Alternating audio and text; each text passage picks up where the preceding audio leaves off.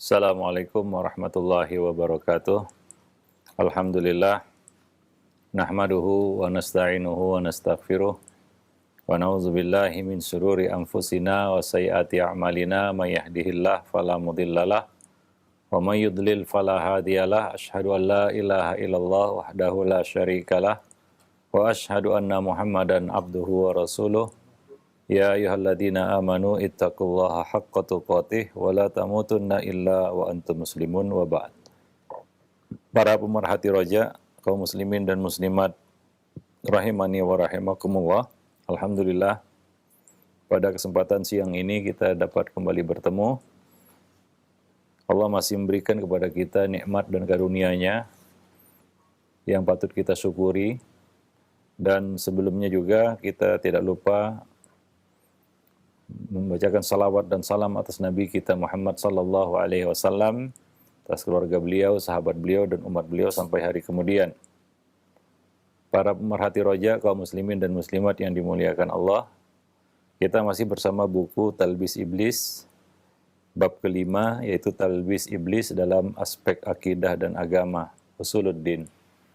Kita sebutkan sebelumnya bahwa Iblis membuka pintu taklid untuk menyerumuskan anak Adam kepada pintu kesesatan.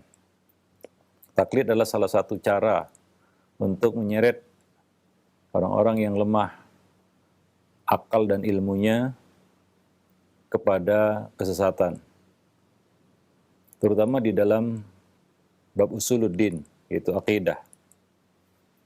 Ibnul Jauzi berkata, ketahuilah, orang yang bertaklid sejatinya tidak benar-benar meyakini kebenaran pendapat yang diikutinya. Bahkan dengan bertaklid, seseorang telah menyia-nyiakan fungsi akalnya. Dia telah meletakkan fungsi akalnya. Karena akal itu diciptakan untuk berpikir dan merenung, untuk tadabbur, untuk memahami, untuk meneliti. Maka tercelalah orang yang diberi akal, tapi dia tidak menggunakannya. Tidak digunakan untuk memahami. Seperti tercelanya seseorang yang diberi lilin untuk menerangi jalan, namun dia malah memadamkannya dan memilih berjalan dalam kegelapan. Seperti itu perumpamaan orang-orang yang mematikan fungsi akalnya. Dan ketahui juga bahwa pada umumnya, orang-orang yang bertaklid kepada suatu madhab, dia akan mengagungkan salah seorang tokohnya atau tokohnya, yang kemudian mereka pun mengikuti pendapatnya tanpa merenungi isi ucapannya, tanpa merenungi apa perkataannya. Dan ini bisa menyeret manusia kepada kesesatan. Sebab seharusnya yang perlu diperhatikan adalah perkataan, bukan yang berkata. Qaulnya, bukan qailnya. Ya. Sebagaimana jawaban yang disampaikan oleh Ali bin Abi Thalib kepada Al-Haris ibn Haut. Satu ketika dia berkata kepada Ali bin Abi Thalib, apakah engkau mengira kami menyangka Talha dan Zubair berada di atas kebatilan? Maka Ali pun berkata kepadanya, wahai Haris, perkara ini rancu atasmu. Sesungguhnya kebenaran itu tidaklah diketahui dengan ketokohan seseorang. Akan tetapi, ketahuilah kebenaran itu, kenalilah kebenaran itu, niscaya kamu akan mengetahui ahlinya, pengikutnya, sahibnya. I'rifil haq ta'rif ahlahu. Kenalilah kebenaran itu. Berusahalah untuk memahami kebenaran itu. Niscaya kamu akan mengetahui siapa-siapa yang berada di atas kebenaran tersebut. Ini kata-kata yang menjadi rujukan bagi kita, ya, untuk tidak mengkultuskan atau melebih-lebihkan seseorang sehingga menjurus kepada taklid ataupun kultus individu. Membenarkan apa yang dikatakan dengan melihat siapa yang berkata, bukan apa yang dikatakan. Nah, demikian. Imam Ahmad ibn Hanbal pernah mengatakan, di antara tanda sempitnya ilmu seseorang adalah sikap taklidnya atas orang lain dalam perkara akidah, dalam urusan akidah, dalam perkara usuluddin. Mungkin ada yang berkata, jika ada yang berkata misalnya, orang-orang awam tidak tahu dalil, bagaimana mungkin mereka tidak boleh bertaklid? Maka akan kami jawab, kata beliau, dalil dalam perkara akidah, usuluddin, sangatlah jelas. Maka kita lihat di dalam buku-buku akidah tidak ada pembahasan-pembahasan yang berkaitan dengan ijtihadiyah. Qaul fulan dan fulan, qaul fulan dan alan. Tapi berisikan dalil-dalil dari Quran dan Sunnah. Ya, tidak terisi dengan ijtihad seseorang ataupun pendapat seseorang. Ini ada perkara akidah yang jelas dalilnya, sangatlah jelas dalilnya. Sebagaimana yang telah kami sebutkan dalam bahasan terdahulu tentang ad-dahriyah. Ya, dalil semacam itu tidaklah samar bagi orang yang berakal. Orang yang punya akal dia akan tahu, wah ini ada dalilnya ini dan seterusnya. Sangat jelas. Seperti kita membaca buku-buku akidah, ya tidak susah untuk memahaminya. Ya, tidak banyak furuk-furuknya seperti masalah-masalah furu'iyah atau masalah-masalah fiqhiyah yang mungkin wajar samar atas orang-orang awam. Tidak begitu dalam urusan ataupun dalam masalah-masalah akidah. Ya, sementara dalam masalah-masalah furu'iyah, yaitu masalah-masalah fiqhiyah, karena begitu banyaknya kasus masalah-masalah yang ada di situ, maka tentu saja sulit bagi orang-orang awam untuk mengetahuinya. Bahkan besar kemungkinan dia bisa saja salah memahaminya. Maka dari itu yang paling maslahat bagi orang awam adalah dia mengikuti ya ijtihad salah seorang ulama yang telah mendalami dan mengkaji ilmu agama secara luas dalam masalah tersebut, ya, fatwa seseorang alim misalnya. Ya, dengan kata lain, ijtihad orang awam ada pada pemilihan ulama yang akan dia ikuti, ya, yang akan dia pilih, ya, atau yang dia pilih. Nah, itu ijtihad orang awam dalam masalah ini, ya, pada pemilihan ulama tersebut, ahli ilmunya.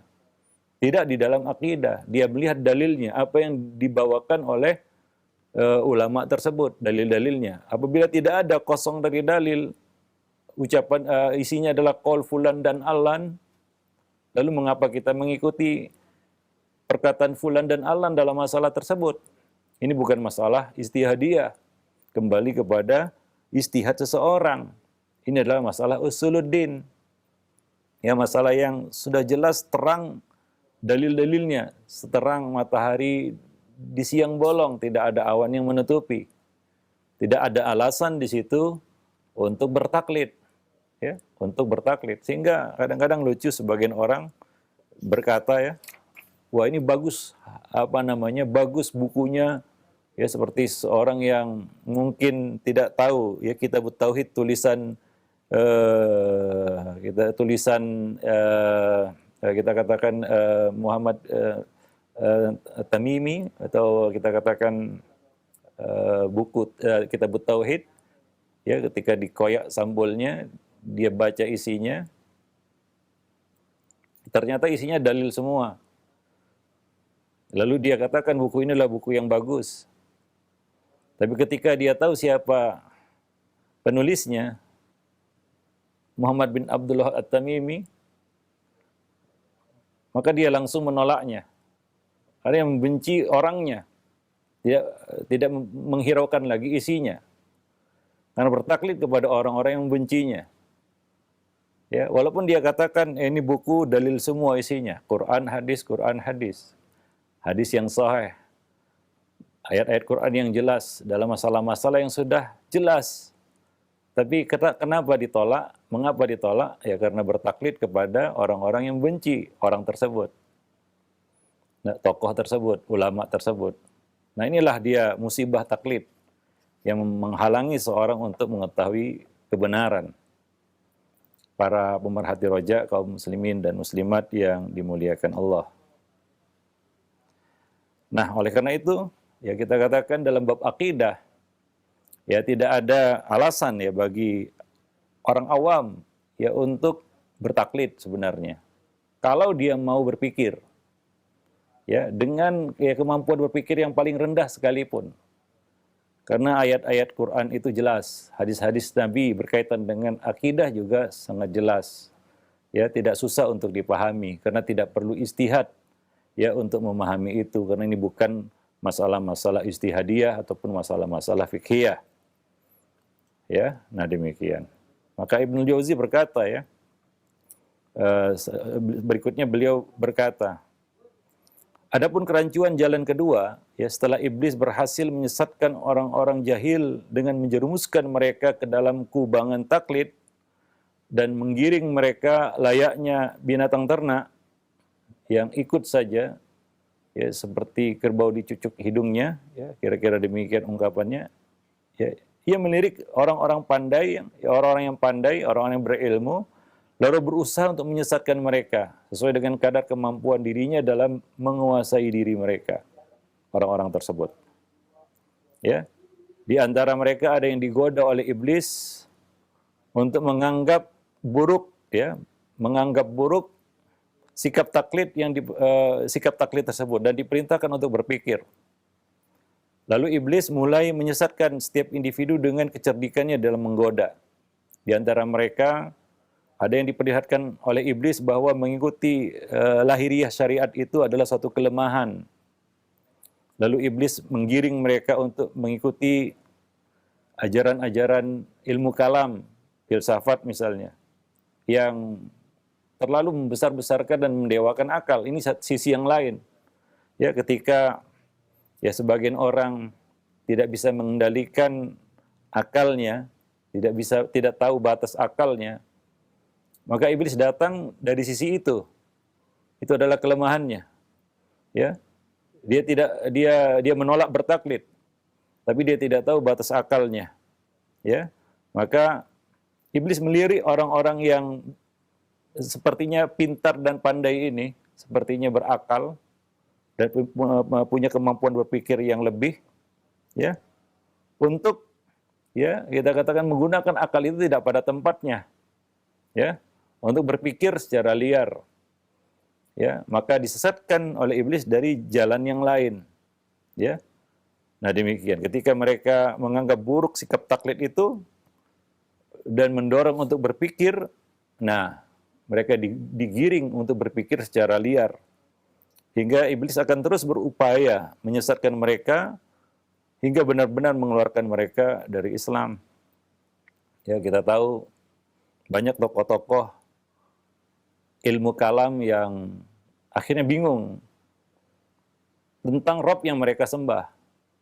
Seperti Al-Amidi pernah meninggalkan sholat selama 40 hari karena dia ragu, dia bimbang, dia bingung tentang Rob yang dia sembah. Ya. Ini akibat dari mendalami ilmu kalam, ilmu filsafat. Ya, sehingga dia terombang-ambing dalam kebimbangan. Ya. Mana kebenaran sejati yang harus dia ikuti? Ya. Nah, ini disesatkan iblis dengan akalnya. Ya, maka akal itu harus ditempatkan dengan tepat, ya. Digunakan menurut fungsinya sehingga membimbing dan menuntun seseorang itu kepada kebenaran, ya, bukan kepada kebatilan dan kesesatan. Di satu sisi sebagian orang tidak menggunakan akalnya sama sekali. Di sisi yang lain, ya, sebagian kelompok atau sebagian orang menggunakan akalnya secara liar, tidak mengerti batas-batasnya, dan keduanya sama buruknya. Yang selamat adalah yang tengah, yang menggunakan akalnya dan tahu batasnya. Yang menggunakan akalnya untuk memahami dan tahu batas-batas akal itu. Nah demikian. Ya. Nah di antara mereka ada yang disesatkan oleh iblis untuk tidak meyakini selain sesuatu yang bisa ditangkap oleh panca indera. Ya, sebagian orang disesatkan oleh iblis untuk tidak meyakini apapun kecuali sesuatu yang bisa ditangkap oleh panca indera, ya, yaitu menghilangkan kepercayaannya kepada perkara yang gaib, sesuatu yang tidak nampak. yang Allah sebutkan di dalam awal surat Al-Baqarah, alladzina yu'minuna bil ghaib. Nah, orang-orang ini ya disesatkan oleh iblis untuk meragukan segala hal yang tidak bisa ditangkap oleh panca indera. Nah, kepada mereka-mereka ini kita bertanya, apakah kalian mengetahui kebenaran pendapat kalian itu dengan indera? Bila mereka menjawab iya, berarti mereka bersikap sombong. Karena indera kita tidak mengetahui yang mereka katakan. Karena banyak hal-hal yang tidak bisa ditangkap oleh indera, tapi kita yakini. Ya, seperti adanya ruh yang tidak bisa ditangkap oleh indera, tapi kita meyakini keberadaannya. Karena tanpa itu kita tidak bisa hidup. Jika mereka mengatakan tidak, tapi dengan selain indera, maka dengan sendirinya mereka telah membantah pendapat mereka tersebut. Nah demikian. Ya, nah, jadi demikianlah iblis kadang-kadang menggunakan akal manusia itu untuk menyesatkan mereka. Bisa dari sisi mereka tidak menggunakan akal itu, mematikan fungsinya, atau mereka memfungsikannya tidak secara tepat. Ya, nah demikian. Dan yang selamat adalah seperti yang kita sebutkan tadi, orang-orang yang menggunakan akalnya untuk berpikir, yang Allah Subhanahu wa taala sebutkan ini termasuk orang-orang yang beruntung, yaitu yang berpikir. Afala ta'qilun, afala tatafakkarun. Ya, perintah untuk berpikir dan pujian Allah Subhanahu wa taala kepada orang-orang yang mau berpikir. Kemudian mereka tahu batas-batas akal mereka. Mereka mengetahui ya bahwa akal itu tidak bisa untuk mengetahui semua perkara. Ya, ada hal-hal yang harus itu diimbangi ataupun diiringi dengan keimanan. Ya, terutama hal-hal yang gaib yang tidak bisa dilihat oleh panca indera kita. Nah, demikian. Wallahu a'lam bissawab. Nah, oleh karena itu ya kita katakan salah satu cara iblis menyesatkan anak Adam dalam bab akidah adalah ya membuat mereka keliru di dalam menggunakan akal. Ya, ima mereka bertaklid secara membabi buta, bahkan cenderung kepada sikap talfik. Ada yang kebablasan ya mengikuti akal tanpa aturan atau tanpa batas. Wallahu a'lam bishawab. Oleh karena itu, ya kita katakan hasil ya dari ilmu kalam ataupun akhir dari perjalanan kita katakan perjalanan ya intelektual dari seorang ahli kalam adalah keraguan dan keguncangan. Keraguan dan kebimbangan. Itulah ujungnya. Seorang misalnya mendalami ilmu kalam, ya, dia tidak akan dapat mengambil satupun kesimpulan dari apa yang dia telusuri dan dia pelajari. Ya, akan berakhir kepada keraguan dan keguncangan, dan akhirnya dia memilih ya dengan hawa nafsunya. Ya, dengan hawa nafsunya, bukan dengan akalnya lagi. Tapi dengan hawa nafsu, apa yang dia pandang enak dan lezat menurut hawa nafsunya. Itulah akhir perjalanan dari ya kita katakan seorang ahli kalam ataupun orang yang mendalami ilmu kalam atau ilmu filsafat. Ya, nah demikian. Beliau mengatakan di sini kondisi para ahli kalam beraneka ragam. Ilmu kalam ini sudah menyeret para penganutnya kepada kebimbangan serta menjadikan sebagian lainnya berpaham ateis. Ya. Yang sudah kita bahas sebelumnya, ya banyak orang-orang yang terjebak kepada pemahaman seperti ini ya karena tidak bisa menggunakan akal secara baik. Ya, ulama salaf dahulu tidak membahas ilmu kalam. Ya, mereka bahkan mencela dan menulis buku tentang celaan terhadap ilmu kalam. Ya. Bukan lantaran mereka tidak mengetahuinya atau tidak mampu untuk mempelajarinya. Akan tetapi mereka berpandangan bahwa ilmu kalam itu tidak dapat memuaskan diri mereka dari dahaga, tidak bisa menyampaikan mereka kepada tujuan. Bahkan menyebabkan orang yang sehat menjadi sakit. Oleh karena itu mereka tidak membicarakannya. Dan mereka melarang umat untuk mendalaminya atau larut di dalamnya atau tenggelam di dalamnya. Bahkan Al-Imam Syafi'i rahimahullah mengatakan, apabila seorang hamba diuji dengan segala sesuatu yang dilarang Allah selain kesyirikan, itu lebih baik baginya daripada belajar ilmu kalam. Ya, belajar ilmu kalam. Ya, nah demikian. Demikian pula beliau mengatakan, Al-Imam Syafi'i juga berkata, masih berkenaan dengan celaan terhadap ilmu kalam, ya, apabila engkau mendengar seseorang mengatakan nama adalah sesuatu yang dinamai atau bukan sesuatu yang dinamai. Ini satu kita katakan pembahasan di dalam ilmu kalam, ya, tentang hakikat sesuatu dan kaitannya dengan nama sesuatu. Maka saksikanlah bahwa ia termasuk ahli kalam dan dia tidaklah beragama. Ini kita katakan syubhat-syubhat yang dibawakan oleh kaum Mu'tazilah untuk menolak sifat-sifat Allah, bahwa nama itu tidak mengandung sifat. Ya, bahwa Allah memiliki nama Al-Alim misalnya, bisa saja tanpa ilmu. Allah Subhanahu wa taala memiliki nama misalnya Aziz, mungkin saja itu tanpa izzah. Ya, tidak harus. Ya, nama itu adalah sesuatu yang dinamai atau bukan sesuatu yang dinamai, ya, tidak menjadi suatu kepastian atau satu ketentuan yang sifatnya mutlak. Orang dikasih nama alim berarti dia punya ilmu. Nah, ini permainan ilmu kalam, terutama untuk menolak, ya, kandungan yang ada di dalam nama-nama Allah, kandungan, ya, sifat-sifat yang terkandung di dalam nama-nama Allah Subhanahu wa taala. Maka Al-Imam Syafi'i mengatakan, maka saksikanlah bahwa dia termasuk ahli kalam.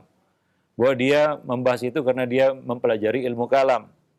Ya, karena itu berasal dari situ. Karena ilmu kalam ini dibangun di atas perdebatan. Nggak ada, ya, hambar rasanya ilmu kalam atau filsafat tanpa perdebatan. Maka para salaf dulu membenci perdebatan, jidal. Apalagi dasarnya adalah ilmu kalam. Yang tujuannya bukan untuk mencapai kebenaran. Hanya membuat bingung saja. Yang melontarkan syubhat dan membuat para pendengarnya menjadi bingung. Dan seolah-olah itu adalah sesuatu yang ilmiah. Padahal tidak ilmiah sama sekali karena tidak dibangun, ya, di atas dalil sama sekali. Nanti tidak akan bertemu ilmu kalam dengan dalil syar'i. Ya, justru pasti bertabrakan. Ya. Dan pasti ada yang harus dikorbankan di situ. Dan kita tahu bagaimana ahli kalam bermuamalah dengan dalil-dalil syar'i, baik itu dari Al-Quran maupun As-Sunnah. Al-Quran mereka takwil, ya, mereka takwil. As-Sunnah bisa mereka takwil, tapi yang pertama mereka lakukan adalah mereka tolak. Ya, dengan mengatakan ini khobar ahad, tidak bisa membangun satu keyakinan dan lain sebagainya. Ya. Begitulah muamalah ahli kalam terhadap nas-nas syar'i, baik itu Al-Qur'an maupun hadis. Ya, para pemerhati rojak kaum muslimin dan muslimat yang dimuliakan Allah, ya. Nah, dalam kesempatan lain Al-Imam Syafi'i juga berkata, ya, ketetapanku, hukumku terhadap ahli kalam adalah mereka dicambuk dengan pelepah kurma dan diarak keliling kampung lalu diumumkan. Ya, diserukan, inilah balasan bagi orang yang meninggalkan Al-Quran dan As-Sunnah dan mengambil ilmu kalam. Ya, dan mempelajari, mendalami ilmu kalam. Meninggalkan mentadabburi Al-Quran dan As-Sunnah dan lebih memilih untuk mendalami ilmu kalam. Ya, karena itu ilmu tidak akan membawa kita kepada kebenaran. Seperti yang telah dijalani oleh para sahabat dan orang-orang yang mengikuti mereka dengan baik. Nah, itu perkataan-perkataan Imam Syafi'i. Bukan hanya Imam Syafi'i. Ya, ulama-ulama lainnya juga memberikan komentar-komentar mereka terhadap ahli kalam. Seperti Imam Ahmad ibnu Hanbal rahimahullah yang mengatakan, ahli kalam tidaklah akan beruntung selamanya. Para ulamanya adalah orang-orang zindik, ya, yang menyembunyikan ataupun yang menyembunyikan kebenaran, ya, dan menampakkan kebatilan. Kaum munafikun yang berusaha untuk menyeret umat kepada jalan-jalan kesesatan. Ya, seperti misalnya para mutanabbi, para pemalsu hadis, ya, orang-orang yang menukar-nukar syariat, ya, Mereka itulah yang disebut zindik, ya. Al-mutanabbi yaitu orang-orang yang mengaku nabi. Ya, nah demikian. Kemudian beliau mengatakan, saya bersepakat bagaimana ilmu kalam tidak tercela sementara ia telah menyeret kaum Mu'tazilah sehingga mereka berkeyakinan sesungguhnya Allah Subhanahu wa taala hanya mengetahui segala sesuatu secara global dan tidak mengetahui segala sesuatu secara terperinci. Ini ya perkataan kaum Mu'tazilah, yaitu ilmu Allah itu hanyalah ilmu yang bersifat global. Rinciannya Allah tidak tahu. Ya, rinciannya Allah Subhanahu wa taala tidak mengetahui. Ya, Allah Subhanahu wa taala hanya tahu segala sesuatu secara global. Ya, adapun rinciannya itu luput dari ilmu Allah Subhanahu wa taala. Ya. Nah, demikian. Baik. Jahm bin Safwan salah satu tokoh Mu'attilah, ya. Jahmiyah, Jahm bin Safwan mengatakan ilmu, kuasa dan hidup Allah adalah muhdas, yaitu sesuatu yang baru yang muncul belakangan. Ya. Yang muncul belakangan, sesuatu yang muhdas, sesuatu yang baru, ya, yang bisa saja belum ada sebelumnya. Kemudian ada, itulah muhdas. Ya, nah Jahm bin Safwan mengutarakan pendapat seperti itu. Ya, ini jelas ya suatu hal yang batil karena Allah Subhanahu wa taala ya ada sebelum segala sesuatu itu ada. Ya. Dan dialah yang mengadakan segala sesuatu. Ya, nah demikian. Termasuk di dalamnya adalah sifatnya. Ya, seperti ilmu, kuasa dan hidup Allah Subhanahu wa taala bukanlah sesuatu yang muhdas, bukanlah sesuatu yang diciptakan. Karena itu adalah sifat Khalik yang melekat pada Khalik, ya, tidak terpisah darinya. Ya. Ada sifat-sifat zatiyah adalah sesuatu yang tidak lepas Allah darinya. Ya, Allah Subhanahu wa taala Maha mengetahui, ilm punya sifat al-ilm. Ya, tidak pernah terjadi sedetik pun Allah lepas dari sifat itu. Kuasa, tidak pernah sedetik pun Allah Subhanahu wa taala lepas dari sifat itu. Demikian juga hidup. Ya.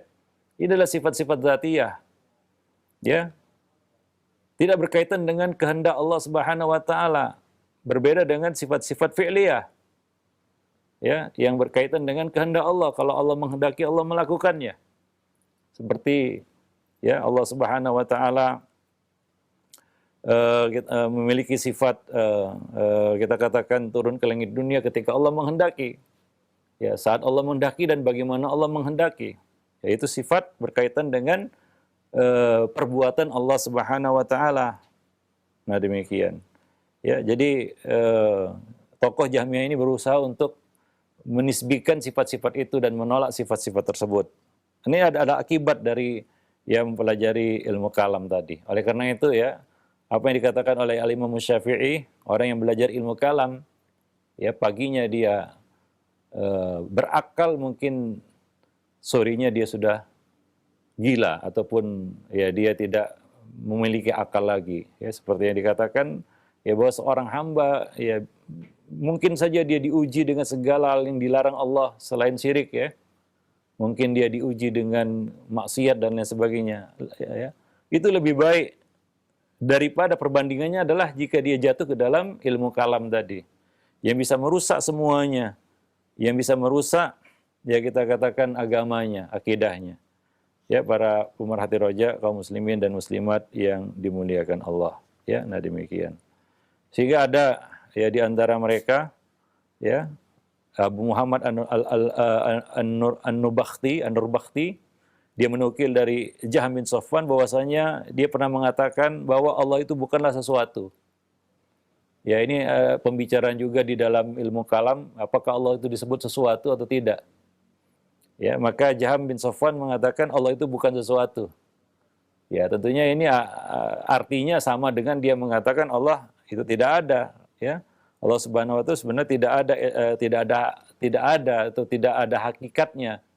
Karena dia bukanlah sesuatu. Nah, demikian. Ya.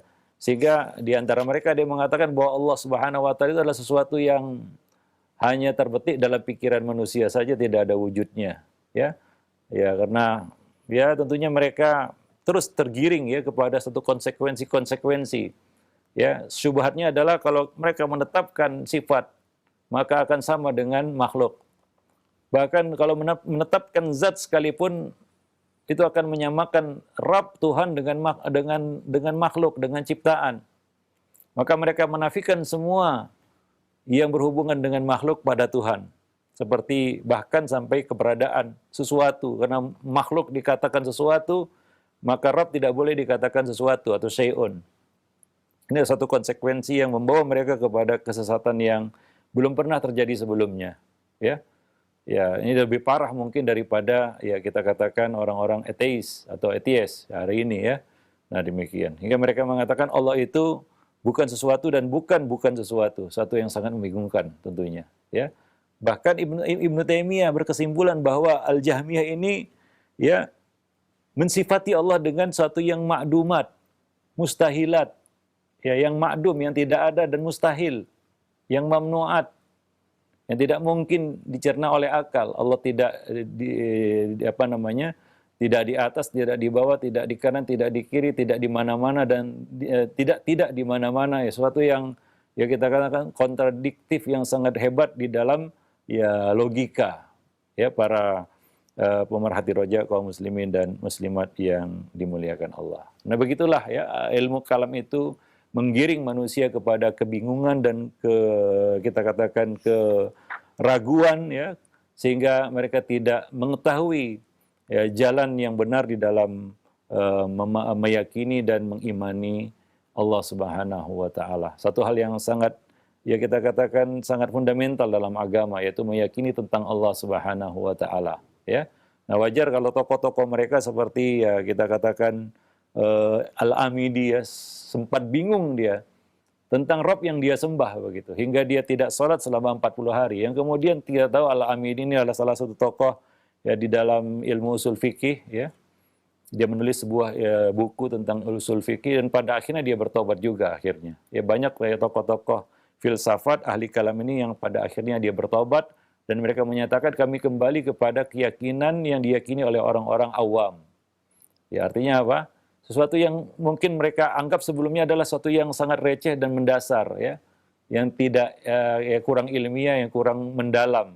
Dan pada akhirnya mereka sampai kepada kesimpulan yang kita sebutkan tadi, yaitu kembali kepada akidah keyakinan awam yang dahulunya mereka cela dan mereka rendahkan ya.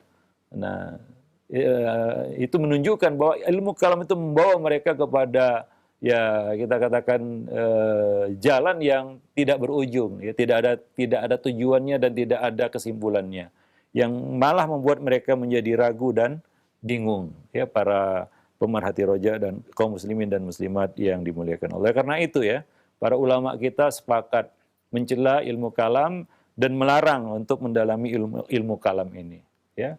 Nah demikian, wallahu a'lam bishawab. Nah demikian saja, mudah-mudahan bermanfaat bagi kita semua. Aqulu qouli hadza astaghfirullah li wa lakum wa lisairil muslimin innahu huwal ghafurur rahim. Nah, jazakallahu khairan wa barakallahu fikum Ustaz atas penyampaian materi yang sangat bermanfaat di kesempatan ini berkaitan dengan taklid buta. Nah, ikhwata silama azakumullah. Silakan bagi Anda yang ingin bertanya dapat mengirimkan pertanyaan melalui pesan singkat. Kita beralih ke pertanyaan. Assalamualaikum warahmatullahi wabarakatuh Ustaz. Dari hamba Allah Ustaz, apakah diwajibkan bagi setiap muslim untuk mengikuti salah satu mazhab Maliki, Hanafi, Hambali atau Syafi'i? Jika iya, maka mazhab mana yang lebih utama? Apakah benar bahwa mazhab Syafi'i adalah mazhab yang paling banyak menyebar di kalangan umat Islam? Ya, tidak bagus pertanyaannya. Tidak ada kewajiban, ya, tidak ada kewajiban, keharusan, ya, untuk mengikuti salah satu dari 4 mazhab itu. Sementara kita ketahui juga bahwa sebenarnya dahulu tidak hanya 4 mazhab itu, hanya saja kemudian, ya, belakangan yang dikenal di kalangan kaum muslimin adalah keempat mazhab tersebut. Ya, kita tahu At-Tabari, dia punya Ibnu Jarir At-Tabari, Muhammad bin Jarir At-Tabari memiliki mazhab tersendiri. Demikian pula para ulama yang lainnya seperti Al-Auza'i dan lain sebagainya. Mereka tidak terikat dengan mazhab-mazhab ini. Bahkan mereka ada yang lebih dulu ada sebelum mazhab-mazhab ini ada. Kan gitu. Oleh itu ada satu keharusan dalam beragama. Bagaimana dengan orang-orang yang ada sebelum mazhab ini ada? Nah, demikian. Ya, sementara Islam lebih tua daripada mazhab-mazhab itu. Nah, tapi mazhab-mazhab ini bisa kita gunakan untuk membantu untuk memahami Islam. Ya, dan kita harus tahu juga bahwa keempat imam mazhab ini juga tidak berselisih dan tidak berbeda di dalam bab usuluddin. Ya. Mereka hanya berbeda di dalam bab-bab fikhiyah, ijtihadiyah, ya, furu'iyah. Yang wajar di situ para ulama berbeda pendapat, ya. Nah, dan bagi para awam tadi untuk masalah-masalah seperti ini, kalaupun mereka tidak bertaklid, maka kesalahan di dalam memahami lebih besar lagi, ya. Maka di sini ada keringanan ataupun ada jalan bagi mereka untuk memilih pendapat yang mereka rasa ini adalah pendapat yang benar, kan begitu ya. Nah, kewajiban mereka adalah mengetahui, mengenali ulama-ulama yang berada di atas al-haq, yang berada di atas manhaj yang benar, ya, untuk mereka ikuti pendapatnya di dalam masalah-masalah furu'iyah tanpa dibarengi dengan sikap berlebihan hulu, kultus individu yang bisa merembet ini, ya, kita katakan taklid dalam bab akidah itu diawali dari taklid dalam bab-bab furu'iyah, ya, hingga membawa akhirnya tergiring kepada taklid di dalam bab-bab usuliyah, ya, usuluddin, para pemerhati rojak kaum muslimin dan muslimat yang dimuliakan Allah. Jadi tidak ada kewajiban, ya, kalau ditanya apakah wajib, tidak. Ya, bahkan ya kita katakan kita tidak boleh terikat dengan salah satu mazhab yang ada, ya. Seperti para ulama, sebut saja misalnya Ibnu Hajar al-Asqalani. Ya, orang-orang mengenal bahwa beliau adalah salah seorang ulama dalam mazhab Syafi'i. Tapi kita tahu bahwa pendapat-pendapat Ibnu Hajar al-Asqalani, ya, tidak selalu mengikuti pendapatnya Imam Syafi'i. Ya, beliau kadang-kadang mengikuti pendapat-pendapat ulama-ulama dan imam-imam yang lain. Ya, nah demikian. Hanya saja beliau besar di mazhab itu, ya, dan menuntut ilmu dimulai dari mazhab tersebut. Nah, untuk sebagai alat bantu untuk bisa memahami agama secara utuh, ya, ataupun secara global, ya, tentunya ya akan sulit kalau kita berjalan sendiri, kan begitu. Nah, jadi perlu, ya, kita katakan seperti ulama-ulama sebelum kita, mereka tumbuh dari satu mazhab tertentu, tapi kemudian mereka independen, ya, artinya mereka tidak terikat dengan mazhab itu. Ya, seperti Ibnu Taimiyah juga, basicnya adalah beliau tumbuh di atas mazhab Hambali. Tapi kita tahu bahwasanya beliau, ya, tidak selalu dan tidak harus mengikuti pendapat mazhab tersebut. Ya, dan beliau adalah orang yang paling tahu tentang mazhab Hambali. Tapi beliau tidak terikat dengan mazhab itu. Ya, nah demikian. Wallahu. Dan seperti juga, ya, apa namanya, Abu Yusuf, ya, Muhammad bin Hasan Asy-Syaibani yang merupakan murid-muridnya Imam Abu Hanifah. Kita tahu bahwasanya Abu Yusuf, bahkan Muhammad bin Hasan Asy-Syaibani berguru dengan Imam Asy-Syafi'i, kita katakan, ya, mengambil faidah, ya, dari Al-Imam Asy-Syafi'i, ya. Nah demikian. Padahal beliau adalah muridnya Abu Hanifah, ya, rahimahullah. Nah demikian. Dan beliau juga kadang-kadang mengikuti pendapat Imam Syafi'i rahimahullah. Nah demikian. Jadi tidak ada rivalitas ataupun permusuhan yang dimunculkan oleh para muqallid, ya. Ya, sehingga seolah-olah antara satu mazhab dengan mazhab yang lainnya itu tidak tidak akur dan selalu berselisih, dan berselisih di sini maksudnya adalah berkonflik, ya. Nah demikian. Wajar perbedaan pendapat itu terjadi di dalam bab-bab fikih. Tapi mereka satu di dalam kita katakan perkara-perkara usuluddin, ya. Nah, baik itu Abu Hanifah, Malik, Syafi'i, Ahmad, dan imam-imam yang lainnya. Wallahu a'lam bishawab. Baik. Jazakallah khairan Ustaz atas jawaban yang disampaikan. Semoga bermanfaat untuk penanya. Masih pertanyaan melalui pesan singkat kembali dari Pak Ian di Jawa Barat. Assalamualaikum warahmatullahi wabarakatuh. Ustaz, bagaimana caranya agar kita tidak bersikap taklid buta pada seseorang karena kita masih pemula dalam belajar agama, Ustaz? Mohon solusinya. Syukur. Ya, seperti yang dikatakan oleh Ali bin Abi Thalib, "I'rifil haq ta'rif ahlahu." Kenalilah kebenaran, kamu akan mengetahui ahlul haq, atau orang-orang yang berjalan di atas kebenaran itu. Jangan terbalik, ya. Ya, seperti yang dikatakan oleh Ibnul Jauzi, ya. Ya, kita katakan orang-orang yang mengikuti satu mazhab biasanya akan mengagungkan tokohnya, kan begitu, ya. Sehingga dia lebih melihat kepada siapa yang berkata, bukan apa yang dikatakan. Ya, maka dari itu obatnya adalah ya kita terus belajar dan belajar menuntut ilmu, kan begitu ya. Ya. Dengan itu kita bisa meningkatkan ya kita katakan derajat ya ilmu dan pengetahuan kita. Ya, nah kita bisa terlepas dari ya bayang-bayang takdis ya pengkultusan yang berlebihan, kan begitu. Yang itu bisa menyeret dia kepada taklid ya baik itu dalam bab-bab fikih maupun dalam bab-bab kita katakan akidah. Nah demikian. Wallahu alam bisawab. Sehingga ya kita tahu perkataan para para muqallid madhab seperti misalnya salah seorang muqallid madhab Hanafi berkata, ya apapun yang bertentangan dengan qaul imam, yaitu maksudnya Imam Abu Hanifah, Ya. maka takwillah dia atau tolaklah dia. Kalau nggak ditakwil ditolak begitu. Artinya jangan terima sama sekali apapun ceritanya. Nah ini kan sudah menggiring kepada ya kita katakan taklid buta yang tercela ya, yang diinginkan oleh iblis dan bala tentaranya seperti itu kan begitu. Jadi teruslah menuntut ilmu ya sedikit demi sedikit ya akan terbuka bagi kita. Akan kita tahu ya. Maka apa yang dikatakan oleh Imam Ahmad, Imam Ahmad pernah berpesan la tuqallid ya malikan wala syafi'iyan wala auza'iyan wala tauriyan ya walakin khudh min haitsu akhadhu. Demikian kata Imam Ahmad. Jangan kamu bertaklid kepada Malik, kepada Syafi'i, Auza'i atau Sufyan Ats-Tsauri, tapi ambillah dari mana mereka mengambilnya. Artinya mereka juga menempuh jalan hingga sampai kepada tahapan itu. Maka kamu juga bisa menempuh jalan itu. Nah demikian, yaitu dengan menuntut ilmu. Ya walaupun ya berapalah yang ditinggalkan oleh yang terdahulu bagi orang-orang datang kemudian. Akan tetapi ya kita katakan ilmu itu adalah karunia anugerah dari Allah Subhanahu wa taala diberikan kepada siapa saja yang dikehendakinya.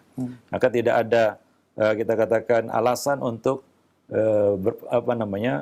berpangku tangan dan tidak mau menuntut ilmu dan berpuas diri dengan taklid ya. Nah demikian. Nah itu ya seperti yang dikatakan oleh Ibnul Jauzi, seperti orang yang diberi lilin untuk menerangi jalan, tapi dia lebih memilih mematikan lilin itu, ya, dan memilih berjalan dalam kegelapan, ya. Yang jadi pertanyaan, sampai kapan kita terus bertaklid begitu ya? Nah, apakah sampai ya kita katakan mati kita terus bertaklid ya, dan sama sekali tidak ya perlu untuk cari tahu dan mengetahui, ya seperti yang ditarghib oleh Imam Ahmad, wa khudh min haitsu akhadhu, dan ambillah dari mana mereka mengambilnya. Ya, nah artinya apa? Pelajari sebagaimana mereka mempelajarinya, itu maksudnya. Ya. Pelajari itu sebagaimana mereka mempelajarinya. Ya, nah demikian. Wallahu alam bisawab. Ilmu adalah anugerah dari Allah Subhanahu wa taala diberikan kepada siapa yang dikehendakinya. Ya kita bisa lihat ya misalnya ya ulama-ulama ya mutaakhirin ya yang Allah beri pemahaman dan ilmu yang luar biasa juga ya. Ya. Ya seperti Syekh bin Baz, Al-Albani, Syekh bin Utsaimin dan ya ulama-ulama seperti mereka. Wallahu a'lam bishawab. Baik. Syukran wa jazakallahu khairan Ustaz atas jawabannya. Semoga bermanfaat untuk penanya dan kita semua yang menyimak. Pertanyaan terakhir di kesempatan ini dari hamba Allah. Assalamualaikum warahmatullahi wabarakatuh Ustaz. Ustadz, saya seorang mu'alaf laki-laki. Nenek saya seorang muslim hamba Allah yang taat beribadah hingga mengajarkan saya sholat. Singkat cerita, ketika umur saya sudah 18 tahun, saya tidak mau dikhitan karena malu dan takut hingga umur saya sekarang sudah 63 tahun. Juga belum dikhitan. Tapi selama ini saya mengikuti rukun Islam yang benar dengan sholat 5 waktu saya lancar. Bagaimana dengan khitan ini? Apakah diharuskan dalam Islam? Mohon nasihatnya Ustaz. Semoga ada solusinya. Syukran. Ya, itu bukan syarat keislaman juga ya. Khitan bukan syarat keislaman. Kalau belum khitan berarti belum sah Islamnya, itu tidak seperti itu ya. Ya tidak seperti itu. Itu salah satu fitrah yang ya berkaitan dengan kemampuan juga kan. Ya, sebagian orang masuk Islam dalam usia yang sudah ya kita katakan lanjut kan begitu ya. Atau ya sudah tua lah kita katakan. Ya mungkin ada halangan untuk melakukan itu kan begitu ya. Bisa karena takut atau karena ya kita katakan malu dan lain sebagainya. Itu bukan syarat keislaman. Ya artinya sah Islam mereka. ya sah Islamnya, ya. Karena ukurannya adalah an-nutq bi syahadatain, mengucapkan 2 kalimat syahadat, ya. Adapun yang lainnya itu ya kita katakan penyempurna bagi Islamnya. Maka dalam hal ini ya fattaqullaha mastata'tum. Bertakwalah kepada Allah semampu kita, ya. Karena dikatakan ya bahwa al-qudrah manatut taklif. Al-qudrah manatut taklif. Kemampuan itu adalah alasan suatu kewajiban diberlakukan, ya. Nah, kalau tidak ada kudrah, ya, karena ketidakmampuan atau yang sejenisnya, maka taklif pun tidak berlaku di sini ataupun diangkat, dicabut. Nah, demikian. Wallahu alam bisawab. Ya kalau mampu silahkan ya. Ya kalau bisa lakukan. Kalau tidak ya itu tidak menjadi syarat keislaman ya. Nah, demikian. Fattaqullaha mastata'tum. Ya, wa idza amartukum bisyai'in fa'tu minhu mastata'tum, kata Nabi. Ya. Jika aku perintahkan kamu kepada sesuatu, maka lakukanlah menurut kemampuan yang kamu miliki. Taib para pemerhati roja kaum muslimin dan muslimat yang dimuliakan Allah. Ya, sampai di sini dulu pertemuan kita pada kesempatan siang yang berbahagia ini. Mudah-mudahan bermanfaat bagi kita semua. Aqulu qauli hadza astaghfirullah li wa lakum lisairil muslimin innahu huwal ghafurur rahim.